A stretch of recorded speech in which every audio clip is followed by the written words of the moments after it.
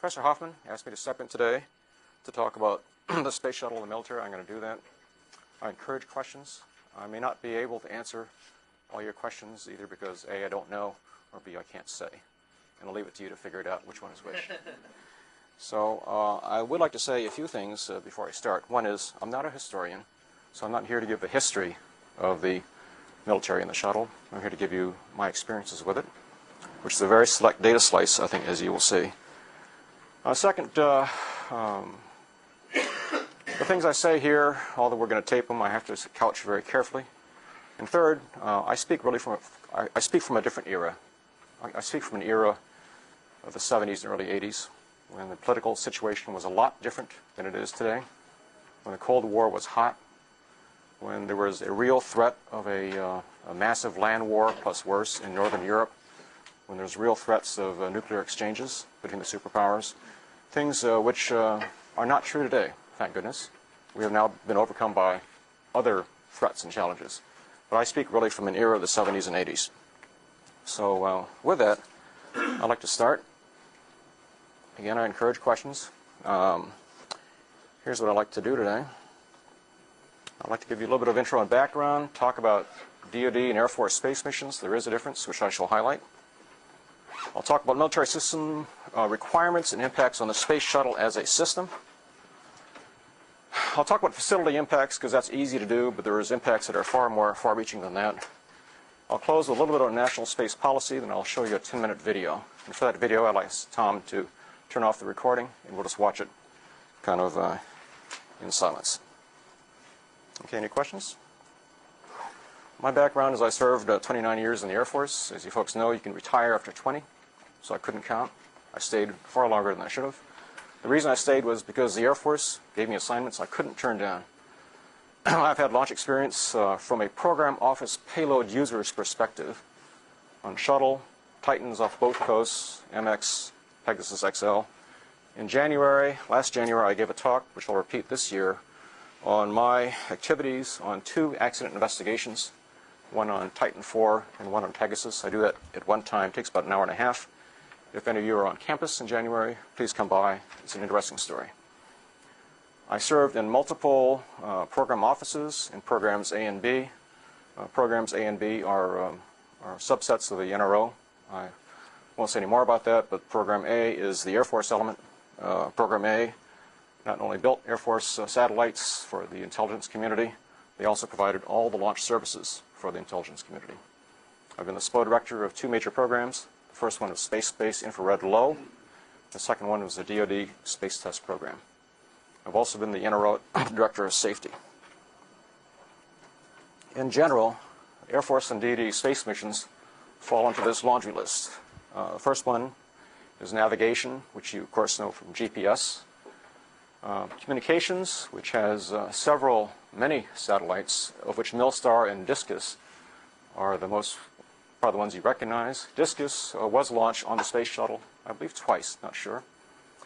Meteorology, the Air Force launches the DMSP, which is a polar orbiting weather satellite, replaced by the NPOS system. For missile launch detection, the intelligence community and the Air Force have either operated the DSP satellite system or else proposed as the SBIRS, which is suffering tremendous programmatic problems currently. For arms treaty verification, it's terribly important to have complied at one time with SALT and START limitations. That's an interesting slice of history where at one time the total number of warheads, total number of bombers, submarines, ships, this sort of thing, was limited by international agreement, but it was the responsibility of the other side to verify compliance. There's also nuclear weapons test detection on Vela, and then a whole handful of what I call intelligence community or IC programs. Bob Siemens, a retired professor emeritus, is planning to drop by today for the Q&A. His position, his role in this story is really very central. His influence is woven throughout the whole story of the DoD and the Space Shuttle, and I hope you'll get a chance to talk to him. Extremely interesting and very pivotal guy. I'd like to concentrate on Vandenberg Air Force Base rather than the Eastern Range for the Space Shuttle, because the Vandenberg Air Force Base launch site was really built up for sun-synchronous polar orbits for really one payload. And that was the fellow here depicted in late 1970s, launching out of the Western Range. This is a Titan 3D. I've helped launch, I think, 8 of these off the West Coast. This is a heavy lift machine. Puts roughly 30,000 pounds in the low Earth orbit, 27 or 30. Has 2 solid strap-ons. I saw the first one go in 1970, and subsequently was able to transition into the program office to launch several times out of there. As some of you are aware, because I've talked to you out of class, I served for many years not in what we call the regular Air Force, but in what's called the Office of Special Projects. It's called an Air Force element. We did not report to the usual chain of command through the Air Force chains. We went straight up to the SecDef and the JCS. We were given the responsibility to launch things quickly, quietly, with great national pressure, and we did that.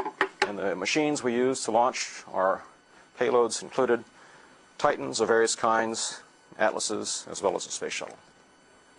So the story I'm going to tell you is really the special projects utilization of the shuttle, more so than what I call the regular Air Force missions.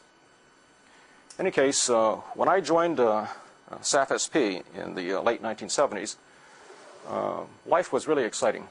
We were in the midst of phasing out all the expendables for the Space Shuttle. And when I went in there, I found within the first week they said, the Space Shuttle is designed for our program, because we were flying on a regular basis out of the Western Range. So the payload that sits inside here is a form, fit, and function drop-in into the Space Shuttle bay.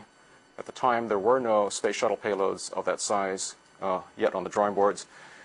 The intent was to have a seamless transition from Titans into Space Shuttle, first for our program and then for others. So we drove the payload bay size, as you've heard from Professor Hoffman and Aaron Cohen, 15 by 60. The cross-range requirement dictated the configuration of the vehicle plus the wing size, because the Air Force, the DoD, was very, very insistent on having a return-to-launch space capability.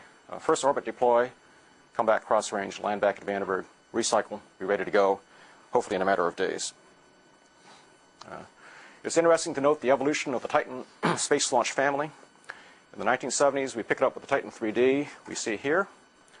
The 3E was a trans-age version used for basically outer space missions. This is a commercial version.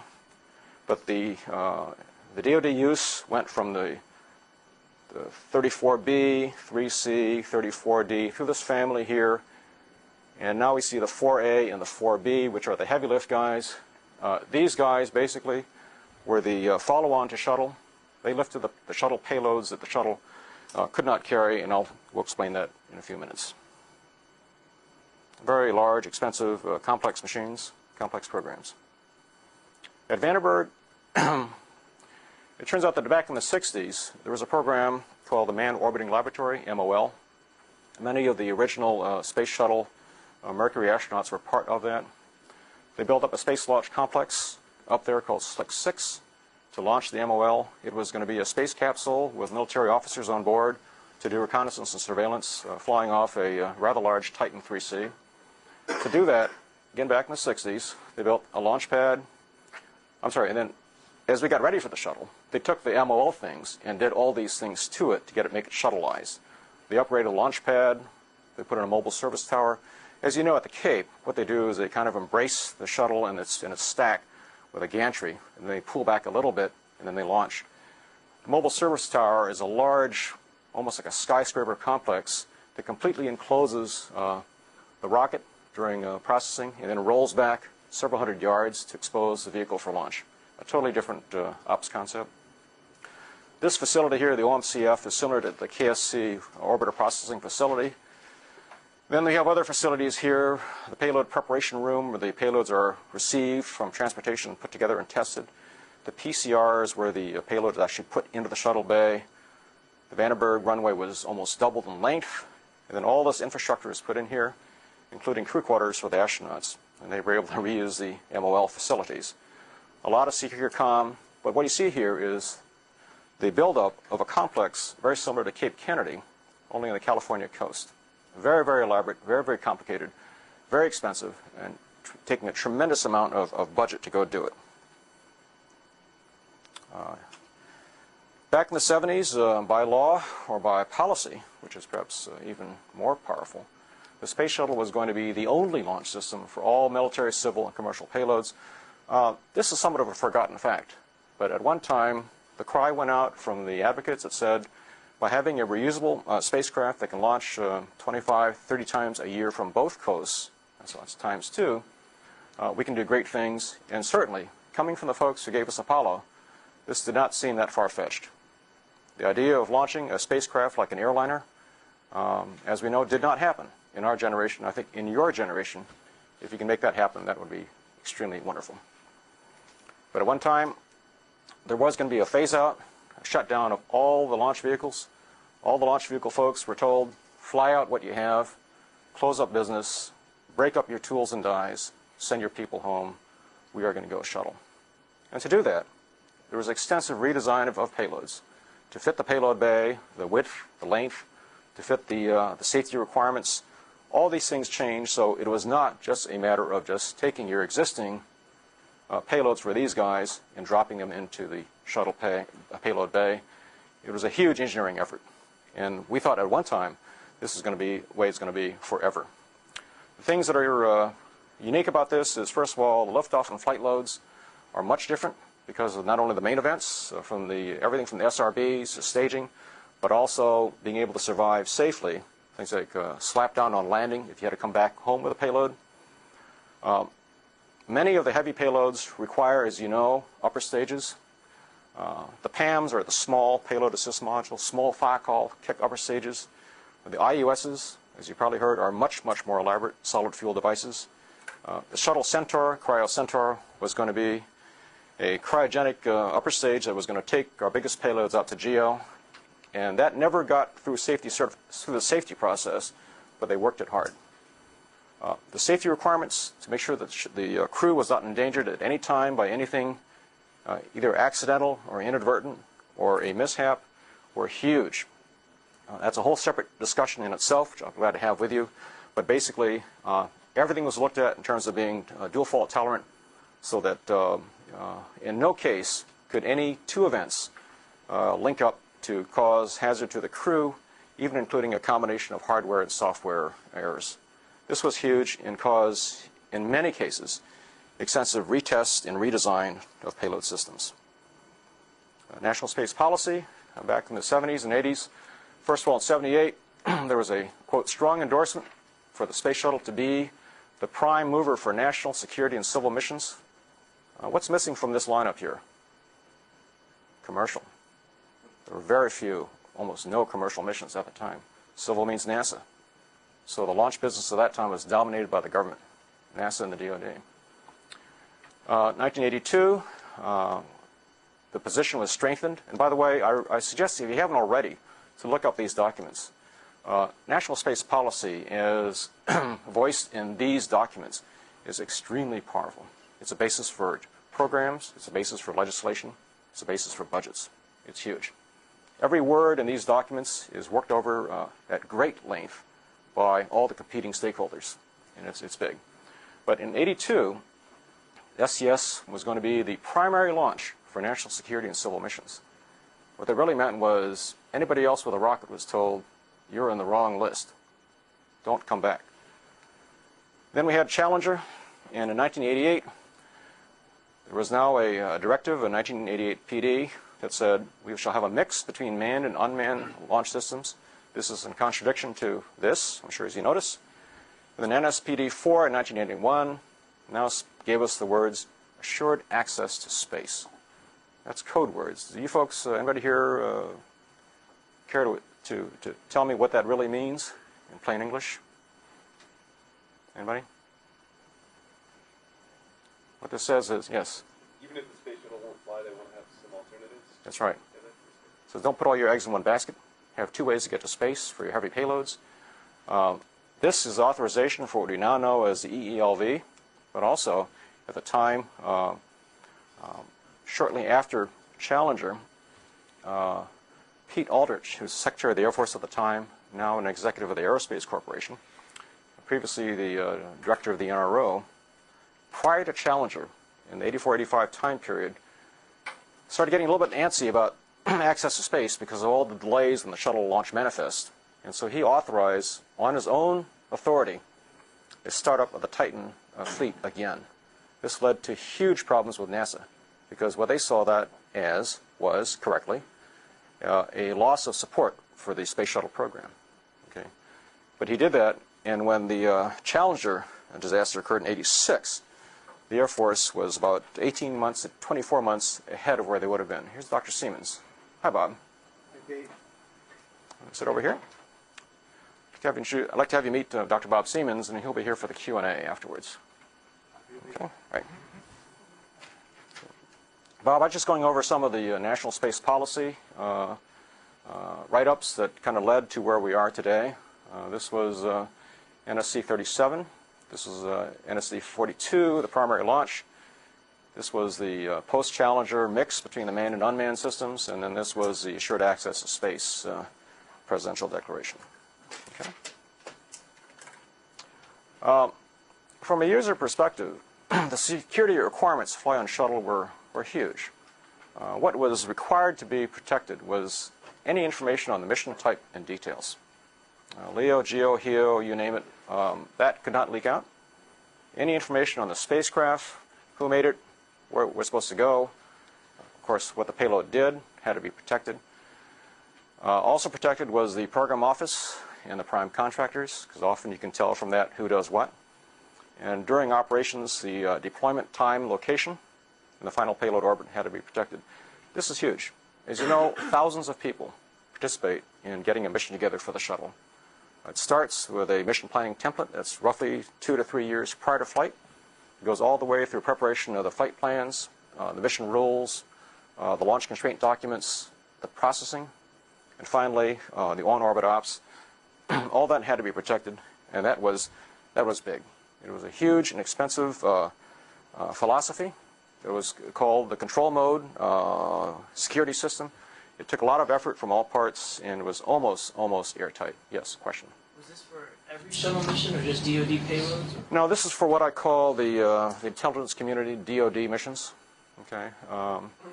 So if you go back and look on the shuttle manifest, what you'll see, and I'm not going to do it for you, but you can do it if you want, you'll see a number of missions where they'll say DoD mission, payload type not unknown, but not available, NA. Also, the DoD/Air Force missions were all military astronauts. That is felt to be a safe thing to do. For implementation, there was encrypted voice data and commanding links, starting really with the testing at the launch sites, but also going through the flight ops. I mentioned all these things. Having been involved in the safety certifications, I'll say that was long and arduous. The safety review process has to be extremely thorough, starting early on. It's not just a whitewash of what the hardware is that comes to the pad. In many cases, it changed the design of the spacecraft, design of its deployment systems, and things like that. To protect classified information, there also had to be need-to-know access to program details. This was a major set of impacts to the Space Shuttle system and payload mission. In all these areas, which I can talk to you about at great length afterwards, I will say, though, that when I go down, when I do get back to JSC, or when I talk to my NASA friends, they all say they were proud to have been on those missions. They were all hooked together on missions of great national importance. To the best of my knowledge, security has held tight over all those years, despite all the people who were cleared of the programs, and the programs were extremely successful as a result. Yes? You said all military careers. Does that mean active military or people who had transitioned to the regular astronaut corps from the military? These are military folks who transitioned into the astronaut corps. Okay. Yes. There are also impacts to the Air Force satellite comm networks. As you know, these are the worldwide set of tracking stations that were going to be replaced by TDRS. And that's an interesting story. The selling point for TDRS was it would shut down the AFSCNs, which were getting old and were very labor intensive. Well, we still have them both today. Worldwide network scattered around the world. But to provide secure shuttle comm, there had to be extensive upgrades, because working with a shuttle with a complicated payload in orbit, getting it initialized, tested, and deployed was something new for the SCN. The SCN ordinarily just did space-to-ground data transfers to orbiting satellites. So to be working with a human crew, a human system, to have all the contingencies in place was big. So the SCNs were involved in all the pre-launch testing and commanding, health and status checks, as well as all the deployment and post-deployment payload comms. I wish I could show you the contingencies, all the workarounds, the plan A's, the plan B's required for a complicated mission. It's immense. It takes a long time to do it right. The point is that when you're ready to fly, you should be ready for all known contingencies, even up to loss of comm, failure of critical computer systems, and this sort of thing. You never want to fly and have to scratch your head and say, what should we do next? Pre-first flight issues in STS-1, another MIT professor, Gene Covert, who's also here, and someone you really should talk to at some point in time, was part of a panel that reviewed the Space Shuttle main engine qual testing, and they're the folks that really came to grips with this new and emerging issue called turbine microcracks. The turbine blades in the SSME were found to be developing very small, cycle-dependent microcracks. The question came up, what's their ultimate failure mode? How many cycles can they stand? How good are they good for? The original intent, as you know, was to be able to refly the SSMEs with zero maintenance between flights many times. That hasn't happened. But even the question of would it be good even for one mission was a big, big question. And Gene, who's an extremely thorough manager and engineer, a lot of common sense, a lot of smarts, worked that very, very hard. There were also issues, of course, about thermal tile loss. There's questions about whether those would fall off. This is not ice now. This is thermal tiles. Okay. And at the same time, there were huge costs growing in the development of the IUS, the shuttle Centaur upper stage, and also the Vandenberg facilities. Everything was either late and or over cost. Many folks thought that the IUS would never fly because its development problems were so huge. The fact that it has flown as many times as it has on a variety of launch platforms is truly amazing from my sight. And we also saw, prior to first flight, several delays. 2.5 years is about right. And then more delays ensued. And so from a user perspective, all these delays really added up to lost opportunities, extensive cost growth, and things like that. Really a heartbreaking story. This is a picture of a Defense Satellite Program, DSP, machine lifting out of the shuttle bay. I think you've seen this. This is the IUS turntable. It rotates the vehicle up and pushes it out with springs. This is a 2-stage solid in this configuration that takes the beast out to geosync. Okay. Post-Challenger, space policy was changed. The shuttle was not to be used anymore for lifting all satellites, but only for missions where human presence was required. But there was a problem. Because of the backup of missions, the STS had to fly out the existing DoD payloads. We looked very hard at converting them back to the Titans. But since we'd taken steps to kind of shut down the Titan line, the Titans weren't ready at that time. But what we saw afterwards was increased use of a restart, really, of these efforts, modernizations. And that was interesting because there's always a chance the shuttle could come back and launch, hopefully, 15, 20 times a year, and we hoped it would happen, but it never did. Steve Dorfman from Hughes was here as a visiting professor several years ago. He was extremely bitter about the fact that, from a satellite manufacturing point of view, he had to eat the costs to switch back to expendables from a shuttle. So first he was told by National Space Policy, thou shalt fly on Space Shuttle. Then he was told, you are now barred from flying on Space Shuttle. Huge loss to him, and I think Hughes is still contesting it. I don't think we'll never win that in court. And kind of most importantly, from a Central California point of view, the Vandenberg shuttle facilities were shut down completely. So my DoD STS mission involvement personally was, I worked on the very first DoD-sponsored mission, STS-4. It was Columbia, launched in late June of '84, flown by Ken Mattingly and Hank Hartsfield. This was a pathfinder for the DoD. It was a test not only of the security procedures, but also the ability to do launch operations, orbital operations in a classified way. It came out extremely successfully. We learned a lot. It was not easy. Getting any complicated mission to fly on the shuttle is a very, very difficult process. To do it under the cloak of security makes it even harder.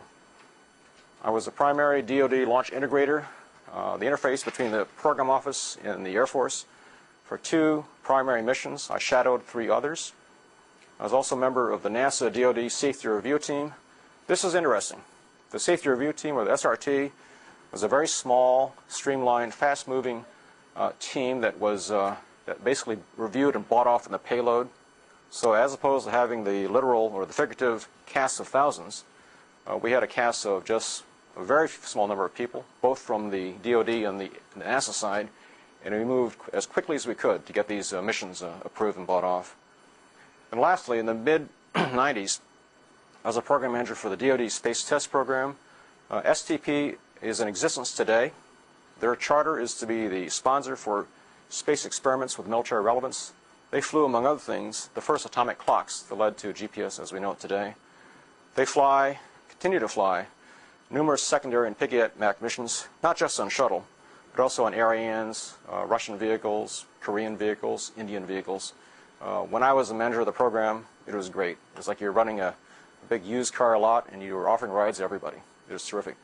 And the emphasis here is to use excess launch capacity to fly space experiments, who you'd screen every year, and then on rare occasions you would build a dedicated satellite and launch vehicle about every 4 years to launch the bigger satellites.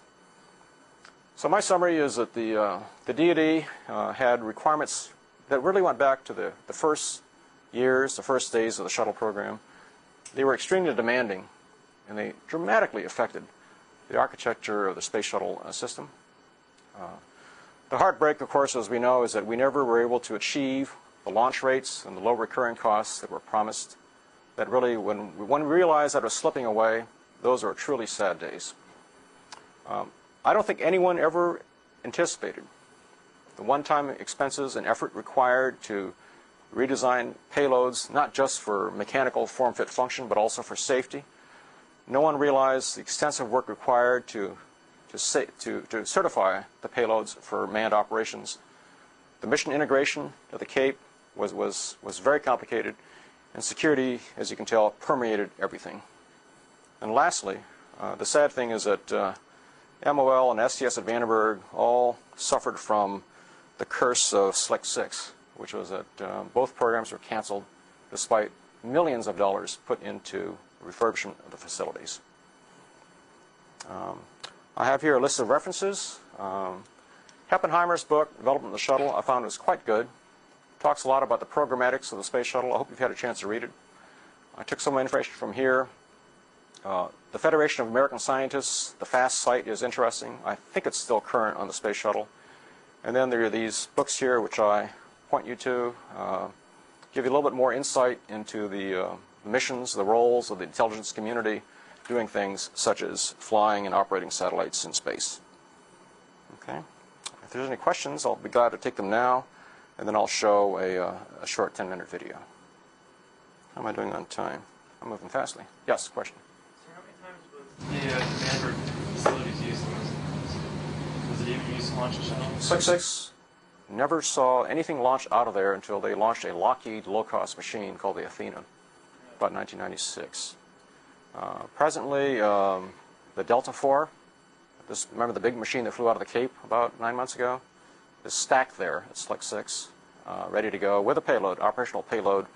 They're having big concerns about fuel slosh, and so their launch date, which was going to be last week, evidently has been rolled off to the right several months. They had a problem on the first flight of basically fuel cavitation, and they're not happy with it yet, so it's ready to go. When the Delta IV launches out of Slick 6, it'll probably be it will be the first large payload system to go out of there ever since it was, well, for the first time, really. Okay? Question? Yes? I don't know if it's really fair, but in hindsight, was it worth it for the military to get on board with the shuttle from the military's perspective? Well, if the promises have been kept, it certainly would have been worthwhile. Yeah, with the way things have turned out. Was it worth it? we were kind of driven into it. You know, can you say, was it worth it from a cost point of view, from a schedule point of view? The answer is no. I think from a perspective of having people do extremely difficult tasks under very pressing circumstances, it showed us what NASA and the Air Force could do, although at great cost. It was certainly one of the more, I won't say exciting times, but it was. It was one of the more exciting times for NASA. Okay. Questions? Yes. When you talked about safety certifying these payloads, was it mainly an issue of the fuel supplies for the payloads? Well, I'll just give you one example. To get a payload into the bay and to withstand launch loads, you have to have very large structural members, steel rods, for example, that had to take all the launch loads and not have the satellite break away inside the payload bay in the worst case, either during liftoff or in the worst case on landing. So you could have as many as 18 to 24 steel bolts. All had to be fractured simultaneously within seconds by pyrotechnics to get them out. You had to prove by analysis and by tests you could have all these simultaneous events for which you could not have any redundancy. You just couldn't do it. These were must-work devices. As probably Professor Hoffman has told you, on every shuttle launch, there's a large number of must-work Category 1 issues and items, like the bolts that free the external tank from the vehicle. If those don't work, you got a big problem. Okay. So from a safety certification point of view on the shuttle, we had to make sure that in no case could the payloads pose any hazard to the crew under any circumstances, including the ones that were the most far-fetched, such as landing overseas in Spain or Morocco. Okay. But the things we worried about was having a payload hung up during deployment so the shuttle couldn't return, or a payload damaging the shuttle at any time and causing, obviously big problems there, and things like that. Plus things such as propulsion systems accidentally activating. Liquids, solids, didn't matter. All extremely hazardous. And we found out a lot, because it's one thing to design a payload for launch and expendable. There are certain things you can or should not do, but when you go to a shuttle context where you have a lot of commanding going into the vehicle, pre-flight, during ascent, in ops, it becomes a much more tough problem. Well, for example, I'll just give you one example. If you have a very complicated payload, which consists of a spacecraft bus, all the housekeeping, and the payload front end, which may have all kinds of hazards associated with it, like antenna booms that come out on command, how do you verify final configuration before you lift off? How do you know every circuit, every system is in the state that you think it is? How do you verify that? That is very hard. Okay, because you can go in there with test equipment, but test equipment has subtleties all its own. Okay? Good questions. Do you think it would be possible to do the one orbit and return to base type mission? It sounds very, very difficult to do. It's not that hard. First orbit deploys were not easy, but they were done. Coming back, I think the big problem is that it really forces the timelines, because as you know, to do a deorbit burn and return to Earth requires quite a bit of mission planning, real-time updates to verify you're on the right track, plus making sure that you have everything right, so when you do the deboost, you're going to be within your corridors. To the best of my knowledge, NASA has never done a first orbit return, and I don't think they'd want to. It's very, very stressing, because in 90 minutes, you have to not only get the spacecraft out, then the vehicle resafed and buttoned up and planned out to land back either at the primary or an alternate landing site. So that's a lot of work to do in 90 minutes. Okay. Any other questions? Yes. Is there any way to give a ballpark figure of how many DoD payloads were put into space by the shuttle? Is it tens or hundreds? Oh no, it's not hundreds. Jeez, it's you can look. You know, the NASA manifest is published. From the regular Air Force side, they launched a whole series of comm satellites, Discus, DSP. In fact, the very last DSP satellites are still shuttle compatible and could be launched if there was a problem with the Titans. So they're up there in storage up in Southern California. And then there were a fairly large number of what I call intelligence community missions that were flown. And all the manifest will say is that these were just DoD missions. Okay. Let's see. What I'd like to do is ask Tom to shut off the videotape, and I'll give you a little introduction to my video, which I hope will run. Bob is really a... we're ready to start here, folks? Bob Siemens is really a very pivotal person, not only in the Space Shuttle story, but also in the Apollo program, which he can probably talk to you at a separate time, but I think he'll like to spend 10 or 15 minutes talking about his role in the Space Shuttle story. Okay, here we go. Just wondering where to go to get comfortable. And when can we turn that? We can't turn that off. You can hang down that side. No. I just like to get comfortable here. Yeah, as Pete said, first of all, I thought that was a great summary of actually a very difficult subject to discuss. Let me just take you back first of all to the early '60s. I know that's going awful far back, but that's when I joined NASA as a general manager. And before we knew it, we'd gone from a $1 billion a year operation with the Mercury program to the situation where we were given the assignment of putting men on the moon. And that was a gigantic shift in our responsibility. And in all of the planning and the discussions and so on, we wanted and we did work very closely with the Department of Defense. The Department of Defense had all kinds of assets that were going to be required in the space program.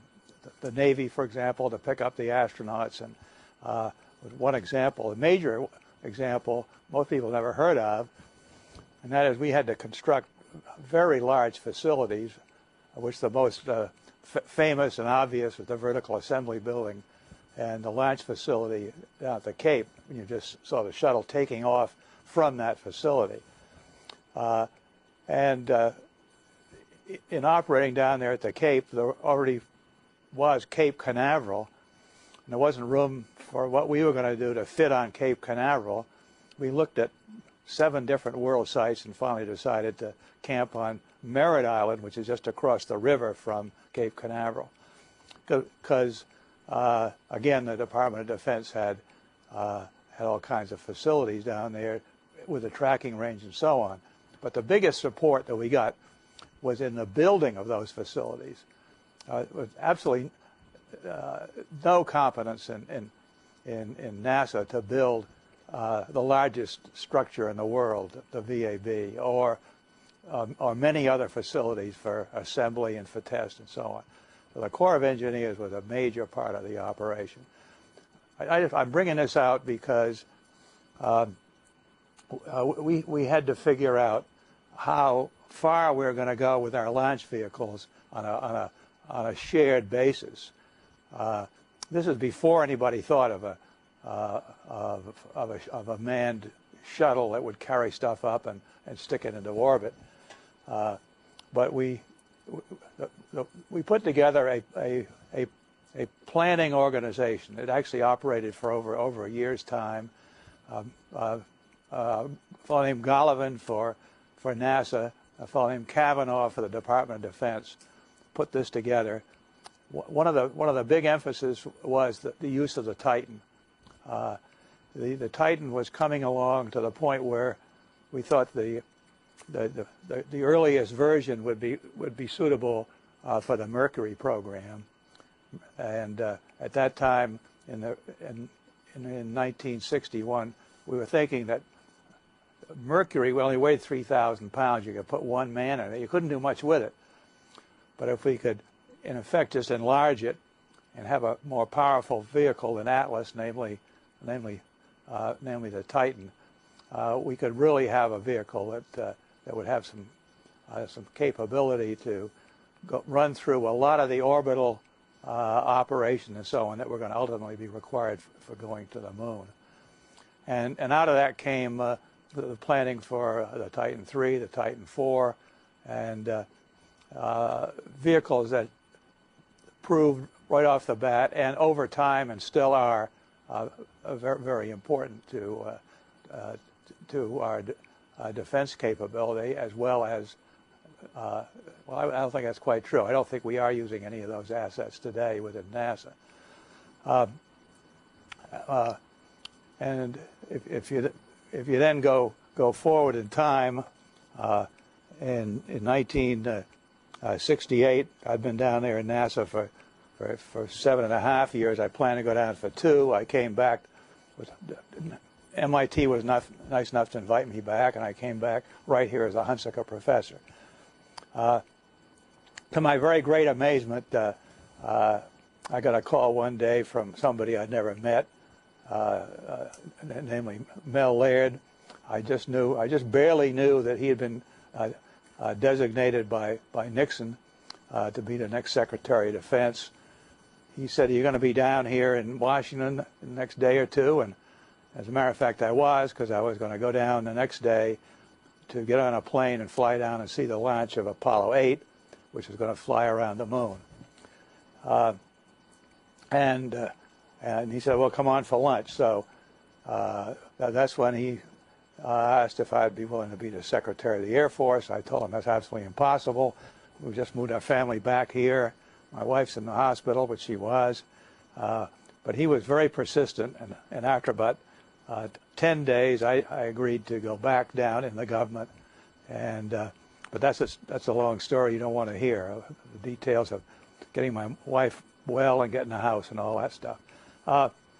Now, one thing that I inherited right off the bat was the manned orbital laboratory, and even then, it was clearly in some jeopardy. When programs start getting a ceiling built in, where they say, "Yeah, we're going to keep it going, but it's going to be kept going at a level of," and I forget what the level was for MOL, something like 500 million or something like that, because any large program over time, there's always opposition to it, and just more time for it to be shot down and ultimately eliminated. I realized that it was in deep trouble when I was over in the Bureau of the Budget talking to a junior member of the Bureau of the Budget, and he said, "I hope you realize that the shuttle's in deep trouble from a standpoint of support here in the White House." And so I went back to Mel Laird, and I said, "Look, one thing I want to do is to have one shot with the president to see if he be sure he fully understands what the capability MOL will be." It was far along. Lots of expense had gone into it, including major facility construction out of Vandenberg. And so I had my day in court. It was a sunny afternoon. I got General Stewart, who was very involved in the MOL, to join me, and Mel Laird, and we went over there. It was just Kissinger and the president. I had a few simple-minded charts that showed what we were going to do from a resolution standpoint if we kept going with the MOL, and what that would mean in terms of understanding more clearly what was going on in a given situation. I had my half hour in court. I could see a band outside getting ready to play, so I knew that the president was about to be rushed out for some kind of a ceremony. That was a Saturday. Monday morning, I got a call from Kissinger, and he said, "Bob," and I can't really imitate his German accent, "that was a very, very fine presentation." And a day later, I found out that MOL was canceled. That was with President Nixon. He sat there the whole time. He had a yellow fool's cap. He took prodigious notes of everything I was saying, which was sort of nerve-wracking. The President of the United States bothering what I'm saying. But anyway, that's sort of where I came from the MOL. Now, the next step along the way was after Apollo, what was going to happen in space. There were to be 8 launches of the Apollo lunar program. Nixon cut that back to 2 sort of arbitrarily, and there were no plans for using those assets. Jim Webb was my boss in NASA, and I used to see him. He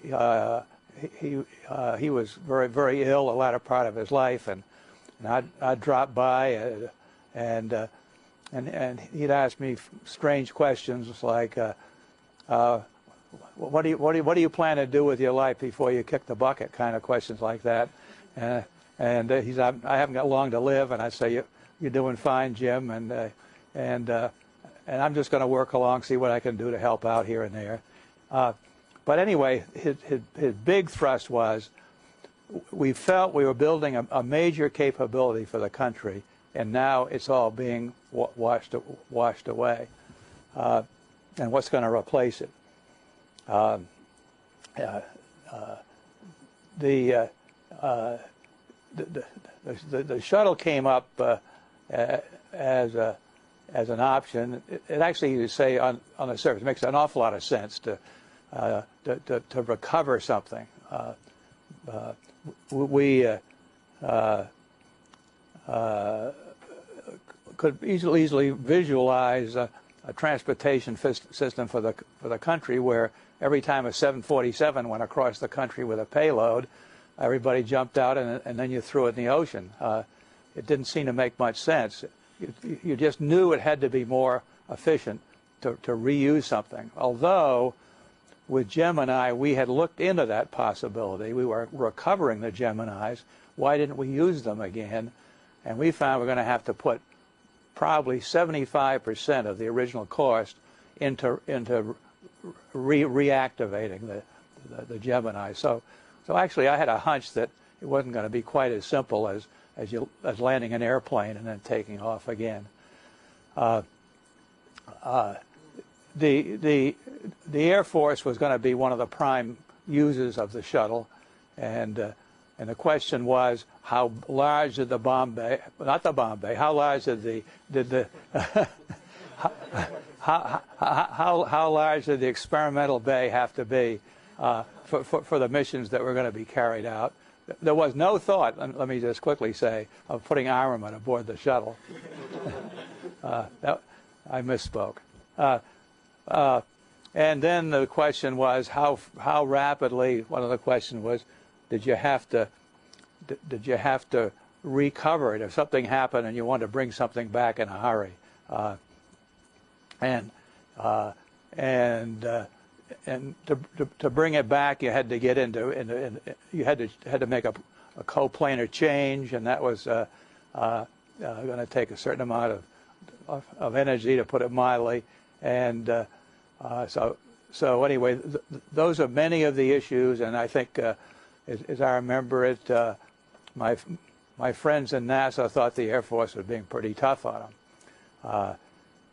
But if we were going to accept the use of a vehicle, in all seriousness, as you've just heard, it had to have ability to carry out the missions, and so that was sort of the next step along the way. And then, after I got through in the government, I ended up some years later out at Aerospace, and ended up as the chairman of the corporation. And they worked closely with that element in the Air Force that was so much involved in these type programs that you've just been hearing about. And we were beginning to go into shock, at least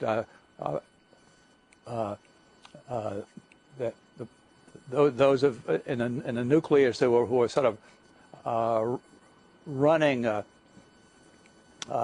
aerospace, Eberhard Rechten and myself, that more and more it appeared that we were going to not be allowed to put anything in space except through the shuttle.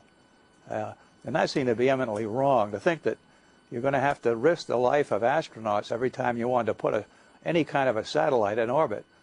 From the standpoint of a paperclip individual who's looking at cost, to just have the one vehicle and use it and use it and use it and thereby supposedly cutting the costs, had a lot of charm. And it reached the point where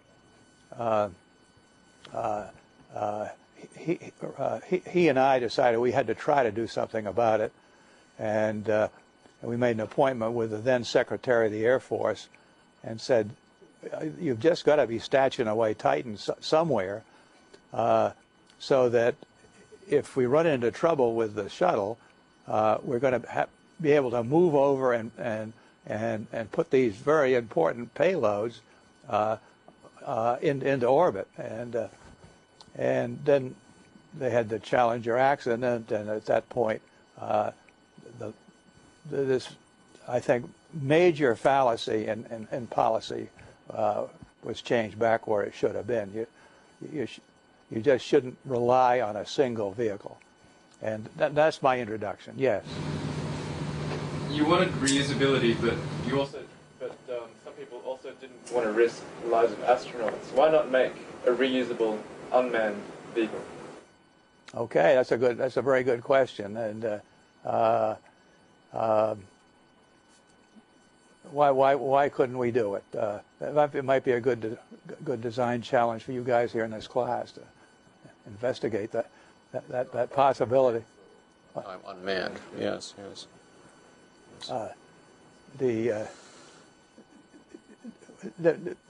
We've gone part way in that direction by recovering the shuttle casings, obviously the shuttle itself, but trying to recover at least elements of the unmanned launch vehicles, and I'm not prepared to really give you a definitive answer on that. That's a good question. We'll talk about it later.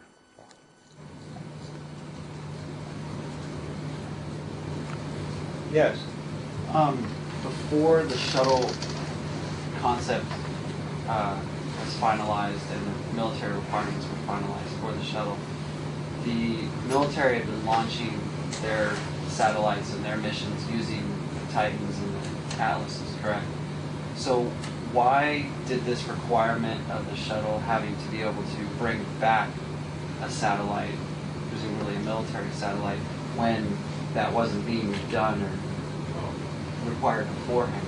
Like, why was that created? What was so special about it? We worked very hard on proposals to bring back satellites that were out of fuel or needed refurbishment. But when I was referring to landing with a shuttle with payloads in the bay, that is for a failed mission. If for some reason the payload could not get ejected, you still had to be able to land back with this now a very heavy spacecraft and glide on in and land safely.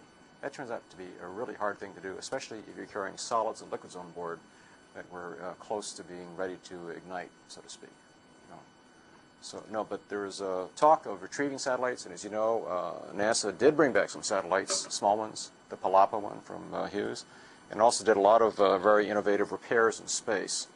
But when we looked at it from a customer point of view, it turns out there's a lot that wears out in satellites, not just using a propellant, but processors degrade due to radiation, solar panels degrade just due to microdust and things like that. And so bringing back a satellite for reuse was never felt, at the time we looked at it, to be a worthwhile thing to do. And that ties in directly with what I was saying about recovering a Gemini. And of course, on top of that, with the Gemini, the fact you're landing them in the water, so they got a good dousing of salt, and so the degradation of the Geminis was such that we just didn't think it made any sense to try to refurbish them. Yeah. If I can clarify, so the military was only really looking to capture and service in space, then release, not necessarily capture and bring back? They never seriously went after the capture and refurbish or release. They really went after really launch and deployment. But I'd say that in that theme, the most successful stories actually of refurbishment is the Hubble Space Telescope, and not for the reasons that you think of. When you hear about stories about the Hubble Space Telescope, you hear about Jeff Hoffman going up there and changing processors and fixing the optics. Also in those missions, they replaced solar panels that were causing huge problems due to thermal warpage and shrinkage and what they call oil canning due to thermal stresses. And so the replacements of those solar panels, which turned out to be not very good when it as initially designed, is one of the really true success stories of man in space. And there's actually a very nice video, which maybe you've seen, I hope maybe you have, of the lady astronaut who did the replacement of the solar panels on Hubble, pushing out and releasing the solar panels, and the things fly away in the sunshine, looking like giant butterfly wings, reflecting all the colors, and then finally fall into the atmosphere. It's almost poetic, I tell you. It's amazing. On the Hubble, one of the considerations right from the beginning was that it should be a serviceable satellite. It was designed so that you could get inside of it relatively easily and so on. And frankly, I don't know of any other satellite that was really designed quite that way. Maybe I'm wrong. I believe you're right. You're right.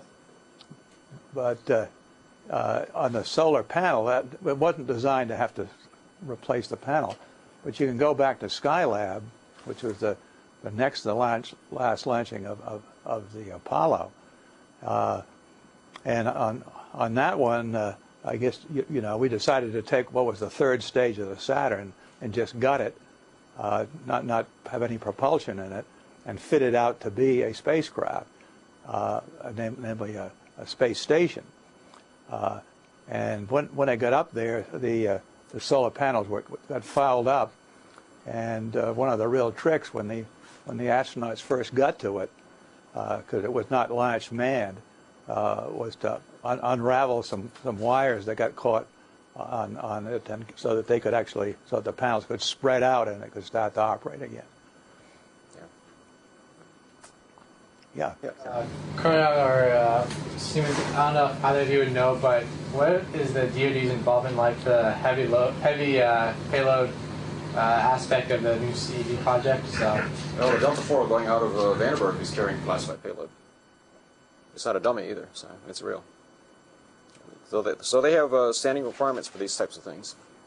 You know, the national needs go on. The international stage, as we know, is filled with new actors, new threats. We have what's called unsymmetrical warfare, things that are hard to counter by conventional means.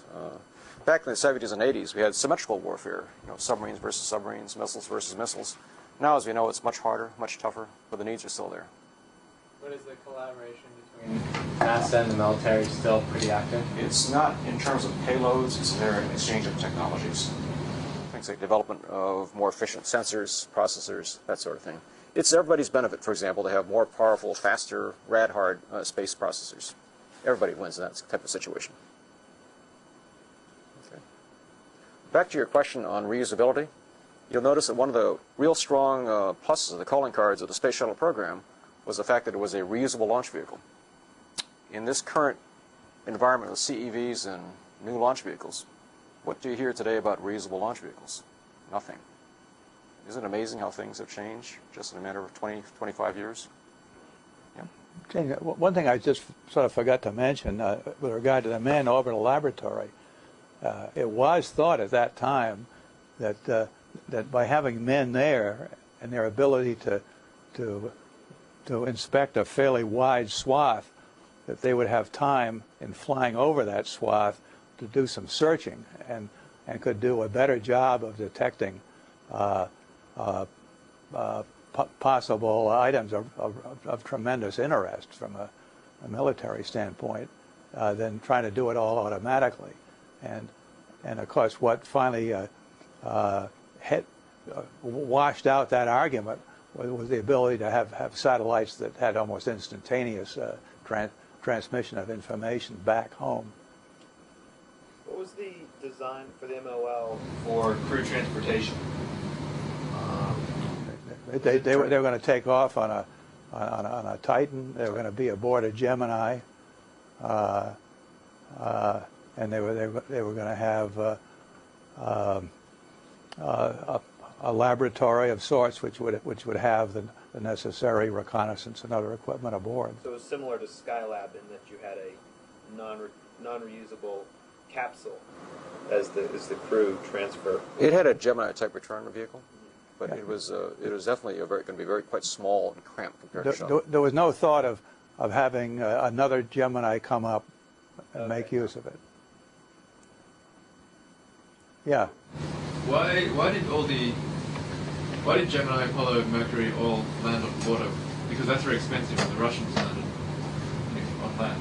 Well, it's very simple. If you take a look at where the launch sites were for the Soviets, if they aborted, they had to come down. They had to have the capability of coming down on land for any kind of an abort mission. Similarly, if operating out of the Cape Canaveral area, if you abort, you have to come down in the water.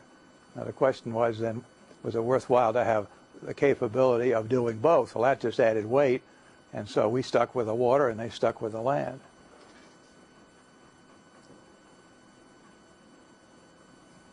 Yeah. Do any of the new defense payloads require human intervention in their deployment, or are they all completely autonomous? They're all Titan 4 EELV compatible. Yeah.